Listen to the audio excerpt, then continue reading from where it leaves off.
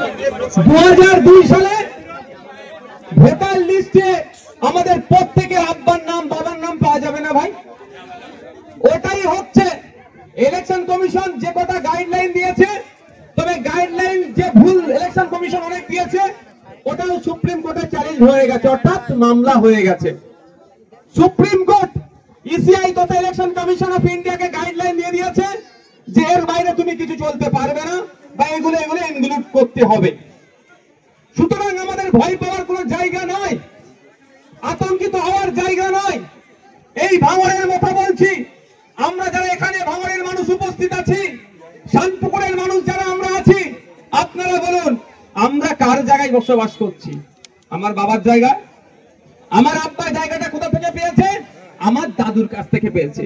কিসের ভিত্তিতে পেয়েছে? কাগজের ভিত্তিতে।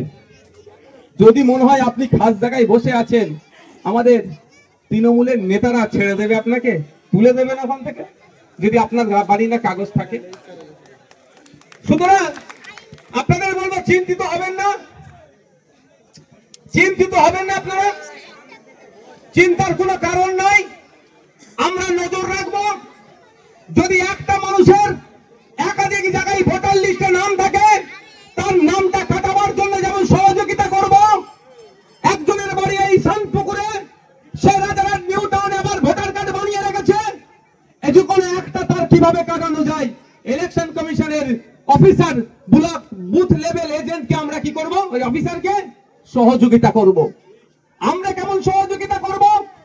বাবা মারা গেছে, 10 বছর হয়ে গেল, এখনো ভোটার লিস্ট থেকে নাম কাটা যায়নি। ও ভোটের সময় শ্মশান থেকে কবরস্থান থেকে এসে চুপ করে ভোট দেওয়ার ঘরে আবার শ্মশানে কবরস্থানে চলে যাচ্ছে। ওটা বন্ধ করতে হবে না?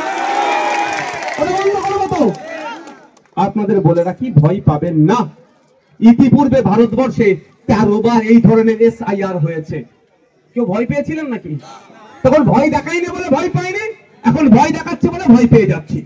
আপনাদের বলছি, যেমন আমরা ইসিআই কে এই ফার্জি ফেক নাম কাটতে সহযোগিতা করবো, যদি ইসিআই আমাদের চাই সহযোগিতা, ঠিক সাথে সাথে এটাও বলে রাখছি, যদি আমার বুথের কোন বৈধ ভোটারের নাম কাটা যায়, ইসিআই এর কাছ থেকে আমরা জবাবদিহি করার জন্য প্রস্তুত আছি।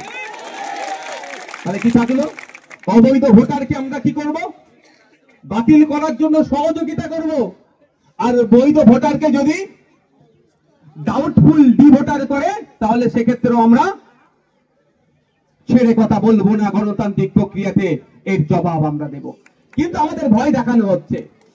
মমতা ব্যানার্জি এমন করে বলছেন, তিনি ক্ষমতায় না থাকলে আপনাদের সব ভোটার কার্ড কেড়ে নেবে, এটা বলছে তো নাকি ভাই? আর উনি যদি ক্ষমতা থেকে চলে যায়, আপনাদের যে আমি না ক্ষমতায় থাকলে তোমাদেরকে সব ভোটার কার্ড নাম তুলে দেবে, আমাকে ভোট দাও, ভোটার কার্ড থেকে নাম কাটতে পারবে না। ঠিক 2021 ভোটের সময় কি বলা হয়েছিল? বিজেপি এনআরসি সিএ করে তাড়িয়ে দেবে। ভাই কজনকে তাড়িয়েছে ভাঙড়ে? একজন কাউকে তাড়িয়েছে নাকি? কি বলেছিলাম আমি? অমিত শাহজির 14 পুরুষের ক্ষমতা নাই একটাও ভারতীয়কে দেশ থেকে তাড়াবার।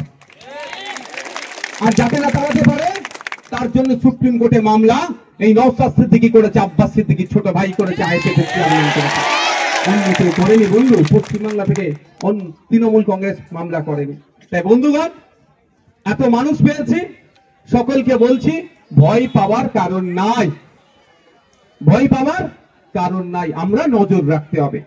মমতা ব্যানার্জি বলছেন, অভিষেক ব্যানার্জি বলছেন ভারত পশ্চিমবাংলায় নাকি কি SIR হতে দেবে না। আমি একটা বলছি, এটা রেকর্ড করে রাখুন। মমতা ব্যানার্জি কেন? তার দলের আরো যদি বড় কেউ নেতা থাকে, কারো ক্ষমতা নেই SIR আটকাবার, কারণ সংবিধানের মধ্যে ইলেকশন কমিশনকে রাইট দিয়ে হয়েছে। তবে হ্যাঁ, SIR এর মধ্যে যে গুলোগুলি করার চেষ্টা করছে, আতঙ্কিত করার যে চেষ্টা করছে, সেটা আমাদের সকলকে ঐক্যবদ্ধ হয়ে আটকাতে হবে। তো মমতা ব্যানার্জি এত যখন চিন্তিত, আমি একটা প্রস্তাব দিয়েছিলাম যে আপনি একটা নজরদারি কমিটি করুন, রাজ্য স্তর থেকে বুথ স্তর পর্যন্ত। রাজ্যের অবিজেপি যে দলগুলো আছে, আইএসএফ, কংগ্রেস, জাতীয় কংগ্রেস, লেফট ফ্রন্টের যে দলগুলো আছে, সবাই মিলে আপনি একটা নজরদারি কমিটি করে দেন। বুথে ওই ধরনের একটা নজরদারি কমিটি থাকবে। এই বুথের যা আছে তৃণমূল, কংগ্রেস, সিপিএম যারাই আছে, যে রাজনৈতিক দল আছে সবাই থাকবে, নজর রাখবে। বিএলও অর্থাৎ বুথ লেভেল অফিসার কার নাম কাটছে আর কার নাম ঢোকাচ্ছে সেটা নজর রাখবে। তাহলে কি আর চুরি হবে? তা করছে না, শুধু বলছে নাম কাটতে দেব না। আমি আপনাদের বলি, মমতা ব্যানার্জি কেউ নাম কাটতে আর ক্ষমতা নাই। যদি অবৈধ পন্থা অবলম্বন করে কেউ নাম কাটে তাকে কিন্তু জবাবদিহি করতে হবে। আমরা আমাদের এলাকার বিএলও কে সেটাও খোঁজ রাখবো। খোঁজ রাখতে হবে তো, নাকি রাখবেন না খোঁজ? কে বিএলও আমাদেরকে জানতে হবে, দেখতে হবে বিএলওটা কে। ভুল করে আমার পাড়ার সনাতন কাকার নাম উড়িয়ে দিল, মেনে নেবো নাকি আমরা?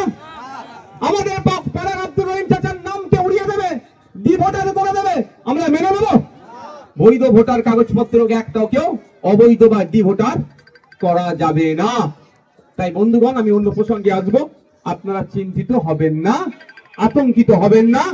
তৃণমূল কংগ্রেস আতঙ্কিত করার চেষ্টা করছে আর বিজেপি হয়রানি করার চেষ্টা করছে। আমরা কেন্দ্রের বিজেপি বড় বড় সরকারকে, শুভেন্দু অধিকারীর সরকারকে বলতে চাই, পশ্চিম বাংলার একটা বৈধ ভোটারকে যদি আতঙ্কিত করো, হয়রানি করো, আমরা ছেড়ে কথা বলবো না। কিন্তু যখনই হবে, যেভাবে তৃণমূল কংগ্রেস আতঙ্কিত করছে, এই আতঙ্কিত ফাঁদে যে আতঙ্কিত করতে চাইছে এই ফাঁদে আমরা পা দেব না। আতঙ্কিত করে 2021 সালে আপনাদের ভোটকে লুট করেছিল, আর এখন বিজেপিকে বেশি করে জায়গা দিয়ে দিচ্ছে।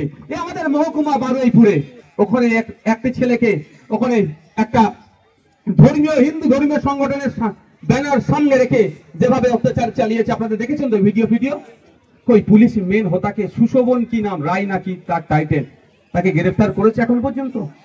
দুর্গাপুরে পরিজাত গাঙ্গুলি যার নেতৃত্বে নাকি গরু পাচার করছিল অভিযোগ তুলে, ওরা বারবার বলছিল যে থেকে আপনার যে হাট থেকে গরু কিনে নিয়ে এসেছি তার কাগজপত্র সব আছে, আমার দুটো বলদ আছে, আমি চাষবাসের জন্য আমি কিনেছি।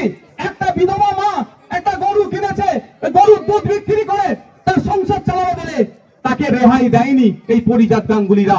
মারধর করে প্রাণঘাতী হামলা চালিয়ে একজনের মাথায় 8টি সেলাই দিয়েছে। কই পরিজাত গাঙ্গুলি এখনো অ্যারেস্ট হয়েছে? তাহলে এরা কি বলছে, বিজেপিকে রুখবো। আমি আপনাদের একটা কথা বলি, আচ্ছা মায়েরা এখানে প্রচুর মা আছে, সন্তান যতই বিগড়ে যাক